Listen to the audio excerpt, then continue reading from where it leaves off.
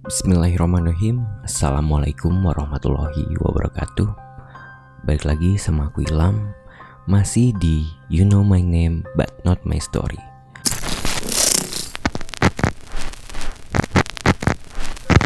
Pada cerita kali ini, aku akan menceritakan pengalaman sekitar 6 tahun yang lalu, tepatnya di 2014. Aku menaiki sebuah gunung di Jawa Barat. Untuk cerita kali ini, aku bakalan menyamarkan nama gunung serta orang-orang yang terlibat di dalamnya. Cerita berawal pada tahun 2014, kami berdua ingin mendaki gunung yang berada di Jawa Barat. Kami menggunakan elf jurusan Bandung Majalengka. Sampailah kami di suatu desa pendakian. Pada saat itu waktu masih menunjukkan pukul 4 sore. Kami ke base camp untuk simaksi, dan kami memutuskan untuk melanjutkan perjalanan ke gunung esok harinya. Alangkah baiknya petugas base camp tersebut menyediakan ruangan untuk kami bisa tinggal semalam di desa tersebut. Petugas tersebut memberikan suatu ruangan, yaitu balai desa yang berada di sekitaran base camp tersebut. Kami mulailah beraktivitas seperti makan, rokok, dan minum-minum dan ngobrol-ngobrol santai. Sampailah pada malam hari. Waktu itu pukul menunjukkan jam 12 malam. Suno yang belum sholat meminta ditemani oleh aku untuk sholat.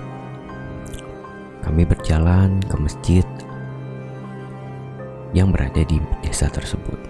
Kondisi masjid pada saat itu gelap gulita. Ketika Suno sholat, aku pun mencoba membuka Al-Quran dan mulai membacanya. 1 ayat, 2 ayat.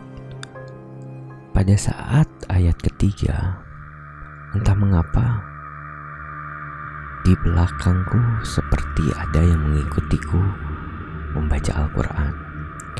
Awalnya agak sedikit merinding, cuman semakin lama aku membaca surat tersebut, semakin jelas suara tersebut mengikutiku mengaji. Tibalah waktu Suno telah menyelesaikan sholat tersebut, kami langsung pulang ke arah balai desa. Tidak lama kemudian, aku pun kebelet pipis, dan aku menuju WC yang ada di masjid. Betapa kagetnya aku ketika masuk ke WC. Terdapat nenek-nenek yang sedang berdiam diri menggunakan baju seperti baju daerahnya kayak gitu, sama samping. Aku yang kebelet pipis langsung saja tanpa pikir panjang pipis dulu. Sehabis beres pipis, aku mikir, nenek ngapain malam-malam kayak gini ke WC yang ada di masjid. Tapi pikiran itu tidak lama aku tidak pikirkan. Aku langsung balik lagi ke balai desa untuk beristirahat. Keesokan harinya, kami berdua makan dan sedikit mengobrol, lalu melanjutkan perjalanan pada waktu jam 10. Kami berjalan hingga akhirnya kami sampai di pos 5 sekitar pukul 5 sore. Memang agak sedikit lama karena kami memang santai berjalannya. Malam pun tiba. Kami makan-makan ber-12 sambil mengobrol dan merokok. Setelah itu aku nyeletuk,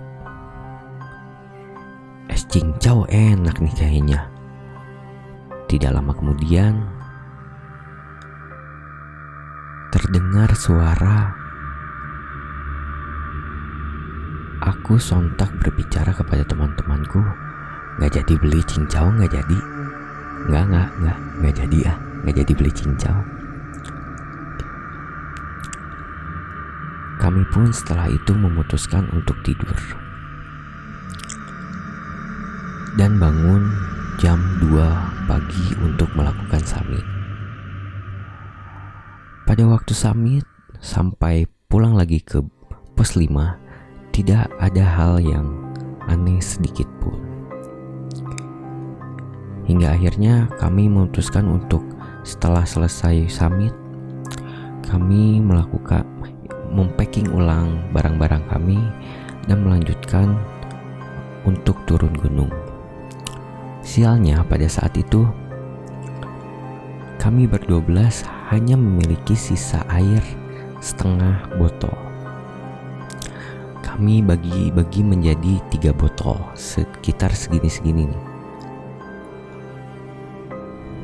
Pada saat itu kami memutuskan untuk membagi tim menjadi 3. Entah pemikiran apa yang bisa membuat kalau misalkan kita dibagi menjadi 3 tim.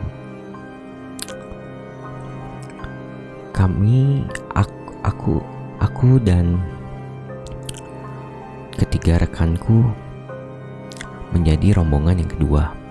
Pada saat itu aku, Fahri, Rai, dan Edgar menjadi rombongan kedua. Kami turun.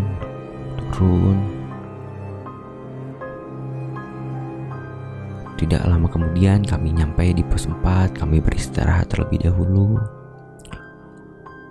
Ketika itu cuaca bagus ya, cerah dan terang. Lalu kami melanjutkan perjalanan ke pos 3. Berjalan di depan kami itu terdapat cabang, jadi ada yang ke kanan dan ada yang lurus. Entah kenapa kami, karena lagi enak turun gitu, kami terus jalan lurus sampai tiba-tiba tanah di situ udah beda gitu. Tanah yang kami injak tuh gembur, tidak keras seperti tanah-tanah yang sudah diinjak. Pada saat itu aku ngomong, ini salah jalan gak ya? Tapi enggak deh kayaknya, soalnya masih banyak sampah-sampah nih, kayaknya nggak salah nih. Sekitar 15 menit kami berjalan terus, tapi ada hal yang aneh karena semakin kami melanjuti perjalanan, semakin gembur tanahnya. Pada akhirnya kami mentok di jalan dan hanya ada jalan ke kanan, namun jalan tersebut tertimpa oleh pohon, jadi kita tidak bisa melewati jalan tersebut. Sedangkan jika lurus, ketika aku lihat arah lurus, arah yang gak bisa di jalan itu, terdapat suatu gerbang itu dibuat dari besi ya, gerbang, cuman gerbang, sisinya hutan, hanya gerbang doang.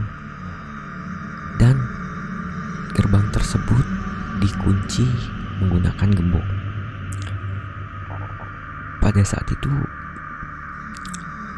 kami berpikir kalau kayaknya kita salah jalan deh. Soalnya tanahnya gembur, terus ini kayak bukan jalan yang kita lewati pas pergi.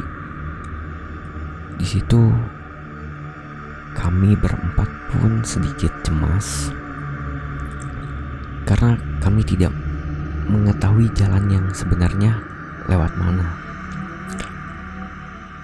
Aku di situ dan ketiga temanku teruskan untuk ayo kita balik lagi aja dan jangan lupa berdoa.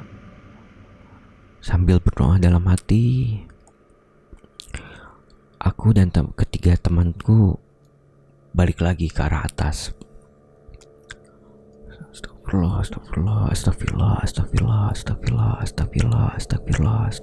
Astagfirullah.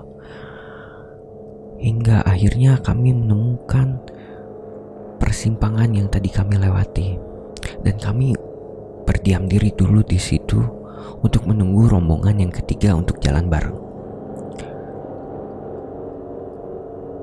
Di situ kami mengatakan, oit,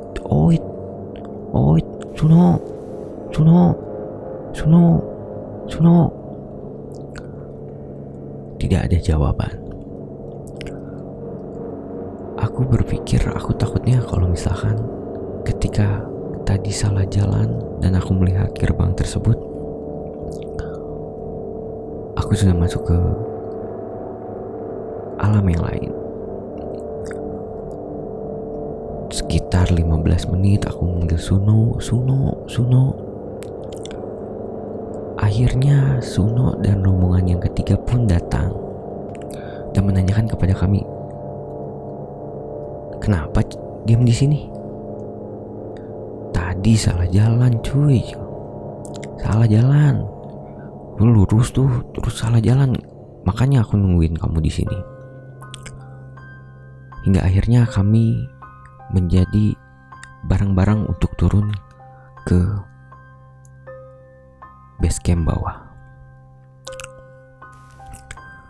Sampailah di base camp, kami bercerita-cerita mengenai hal yang kami rasakan ketika hampir tersesat di perjalanan ke pos 3.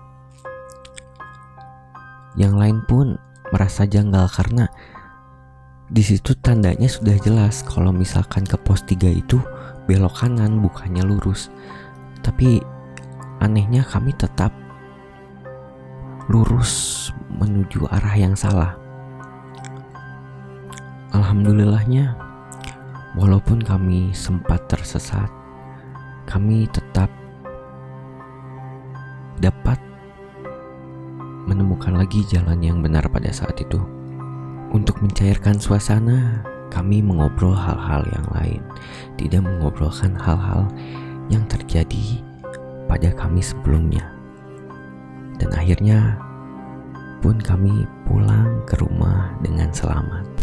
Pelajaran yang bisa diambil dari hal tersebut adalah, pertama, jangan asal ngomong kalau misalkan kita sedang di hutan atau di gunung atau tempat-tempat yang jarang dikunjungi oleh manusia. Yang kedua, ketika kita tersesat di hutan, pikiran kita tetap harus jernih, jangan panik sedikit pun, dan tetap berdoa kepada Allah Subhanahu wa Ta'ala. Begitulah cerita yang aku rasakan di Gunung Majalengka, Jawa Barat. Dan sampai jumpa di You Know My Name But Not My Story episode selanjutnya.